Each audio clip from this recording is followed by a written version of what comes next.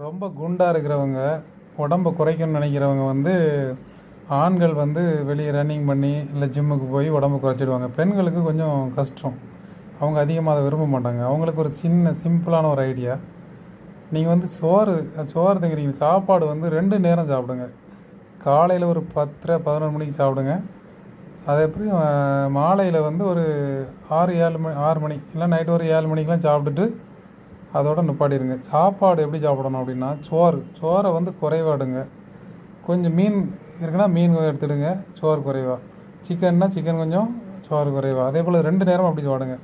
இடையில ஏதாவது டீ குடிக்கணும் அப்படின்னா, டீ குடிக்கும்போது சீனி இல்லாமல் குடிங்க. இல்லைன்னா சீனியை ஃபஸ்ட் லைட்டாக போடுங்க, அதுக்கப்புறம் கொஞ்சம் கொஞ்சமாக சீனி சுத்தமாக எடுத்துருங்க.